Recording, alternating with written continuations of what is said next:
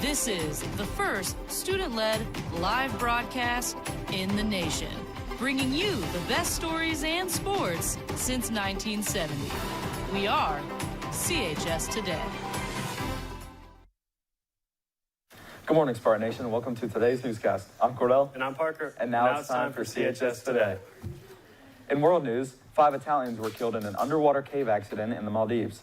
The recovery firm CEO says they most likely took the wrong tunnel on their way out of the cave. Finnish divers working for Dan Europe found the Italians in a corridor with a dead end inside the cave, which was about 165 feet underwater. The divers were in the Maldives on a scientific mission to monitor marine environments and study climate change in a tropical biodiversity. Authorities in the Maldives are investigating how the Italians were allowed to descend to a depth of 60 meters when the Indian Ocean country permits a maximum depth of 30 meters for tourists. In national news, 3 people are dead and more than a dozen first responders had to be quarantined and assessed yesterday for possible exposure to an unidentified substance after being called to a suspected drug overdose at a rural New Mexico home. New Mexico State Police said 3 of the 4 people found unresponsive inside the home east of Albuquerque died. The 4th was being treated at a hospital in Albuquerque. During the response, first responders were exposed to the substance and began experiencing symptoms including nausea and dizziness. Officers at the University of New Mexico Hospital confirmed that 23 patients who were exposed to an unknown substance were assessed and decontaminated after being transported to the hospital. Most of those were first responders who were showing no symptoms and were later discharged. Now it's our final episode of Jack's Facts. Thank you for all the facts, Jax. All right, this is going to be my very last episode of Jack's Facts. I'm going to miss you all, and hopefully you guys have a better, great life. And today, this is going to be the throwback to the very first episode. Here we go. Laurel High School opened its doors in spring of 1956 and served over 800 people in Laurel. Like 800 people were in Laurel by the time the school opened. But on May 26, 1989, the school closed permanently because they were forced to consolidate with Franklin County. And today they kept it open as a community center. But here's the big question. Will this gymnasium of the historic high school keep the townsfolk together and save it from going extinct? Or will the school face the wrecking ball? Anyways, again, this is my final episode of Jack's Facts. I really am gonna miss you all. You can still see all my Jack's Facts episodes during the next year as part of a rerun on CHS Today from 2026-27 onwards and stuff like that. So thank you so much for watching Jack's Facts. And I really am gonna miss you all. Thank you for Farewell, everyone. Good morning, CHS. It's me, Jackson Oki, and welcome to the very first episode of my Historical Facts series. Today, it's a television station. Not just any station, but the first in the state of Indiana. Clara's Pizza King in Richmond, Indiana is a locally beloved dining landmark. Don't think I could forgive myself. I'm gonna miss you. I'm gonna miss you too, Ella. I'm gonna miss you, Jackson. I'm gonna miss you too. And I could care less right now, but you know. The facts. Jax, all graduating students and students not returning to CHS will need to return their Chromebooks and library books to Ms. Geesting in the Media Center this week. Once they're turned in, you will not be able to get them back. Wait until you are done using them before you bring them to the Media Center. They need to be turned in before you leave school on Friday. If anything is lost or damaged, you will also need to bring a check or cash. We do not accept credit/debit cards to recover the replacement cost. The costs are as follows. No Chromebook at all, $300. Charger, $35. Case, $28. Cracked screen, $110, unless you purchase school insurance. Don't forget, the junior class will be hosting a pickleball tournament. The tournament will be Sunday at 1 at Roberts Park. The cost is now $20. Teams will be responsible for their own equipment. To register, text code CHS 2027 to 234-324-3332. If you have any questions, please talk to Mrs. Houston. All library books are due to the Media Center immediately. There are currently 61 books still out. If you still have a library book, you must return it as soon as possible. If you would like to check out some books for the summer, you may come in next week to do so. There are also free shelves of withdrawn books that all students are allowed to take. Please make sure to get your library list completed before school lets out tomorrow. You can still purchase your yearbooks. Make sure to do so as soon as possible. Seniors can also still purchase baby or friendship ads at yearbookforever.com. Today, there is a French Club meeting in Madame Medina's room during Impact to celebrate the seniors. And the 2027 Europe trip is having a car wash fundraiser on July 18th at USLA on 30th Street by Kroger from 12:30 to 4:30 p.m. All donations will go to fund the students' trip to Europe.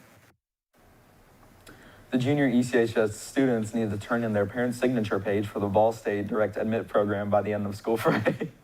On this day in 1819, the velocipede or hobby horse was widely introduced, marking a key milestone in the history of personal human-powered two-wheel transportation. This machine was based on the earlier Draisine invention in Germany by Karl Dreis, which lacked pedals and required the rider to propel it by pushing their feet along the ground. Built primarily with a wooden frame, these early devices proved faster than walking, but were mainly restricted to wealthy patrons on smooth pavement. Despite its brief popularity, the design established the fundamental two-wheeled structure that would eventually be improved with the addition of pedals in the 1860s, creating the modern bicycle. For our final show, we would like to say our final goodbyes. Play the clips. Today we're going around and we're going to ask seniors what they're thankful for. Who are you thankful for, like teacher-wise? Mr. Nobby. Like, who are you thankful for?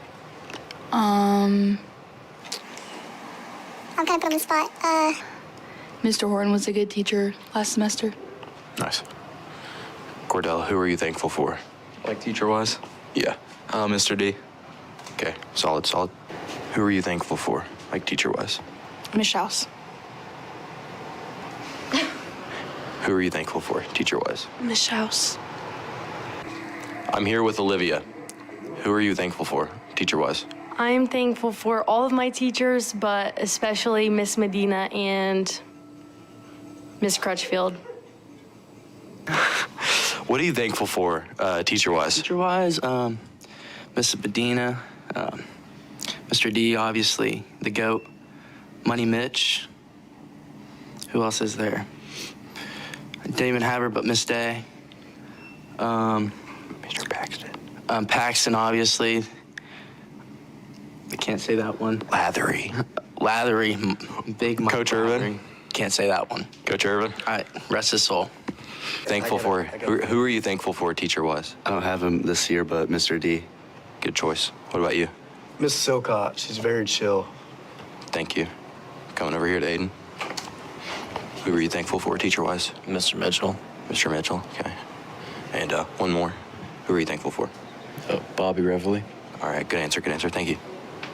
I'm thankful for Mr. Boggs. Straight up. I'm thankful for Mr. Paxton.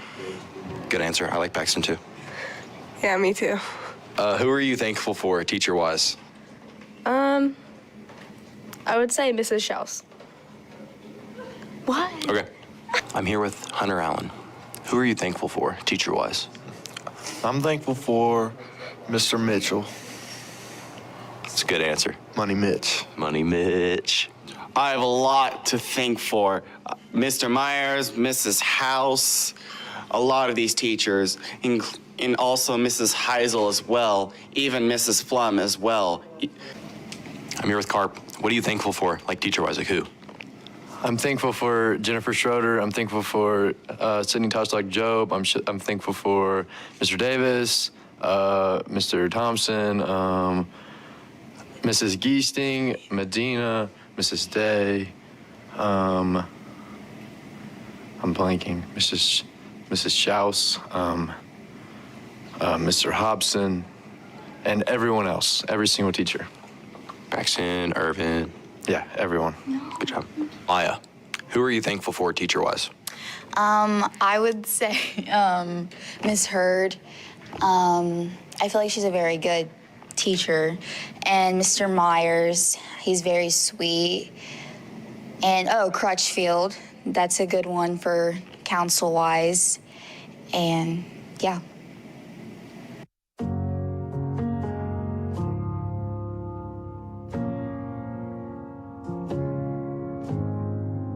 Yes.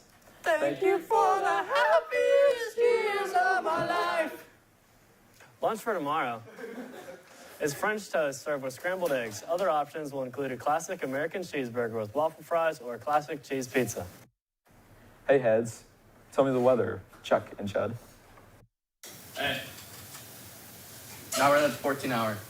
At 7 p.m., it's going to be partly cloudy at 65.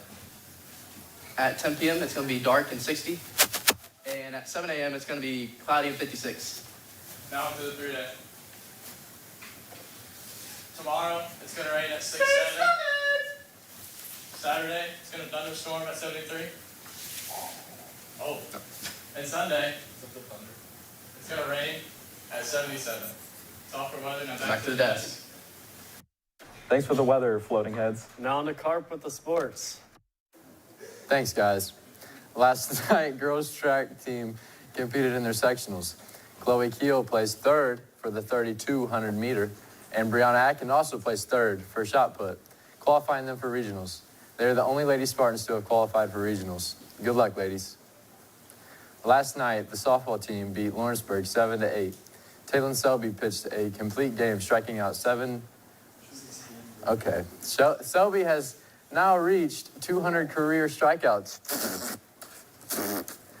At the plate, Selby went 2 for 3. Sydney Lanehart went 3 for 5. Michaela Smith went 2 for 5 with 2 RBIs, and Kylie McHenry went 2 for 3. The ladies improved their record 13-5 overall and 10-1 in conference. They're next in action tonight at Greensburg at 5:30. Cross-country summer conditioning will start Wednesday, June 17th at Roberts Park. Please reach out to Coach Gibbs at CMS for questions. Athletes, if you believe you have enough letters or points for a blanket and or a clock award, you need to stop in the athletic office and let them know so everyone can receive theirs during Spring Sports Awards in June. Sports action for today is boys varsity baseball away against Greensburg at 5:30 and girls varsity softball away against Greensburg at 5:30.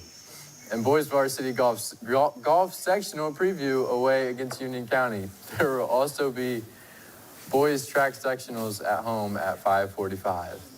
Sports action for tomorrow is boys varsity baseball away against Pendleton Heights at 6 p.m. That's all for sports. Now back to the desk for birthdays. Thanks, Carp. The only birthday for today is Tanya Keller. And the only birthday for tomorrow is Ethan Morrison. Happy birthday. I'm Cordell. I'm Parker. I'm Hunter. I'm Reed. I'm raining. And that's all for CHS Today. How'd you get that? It's gonna be the best day of my life.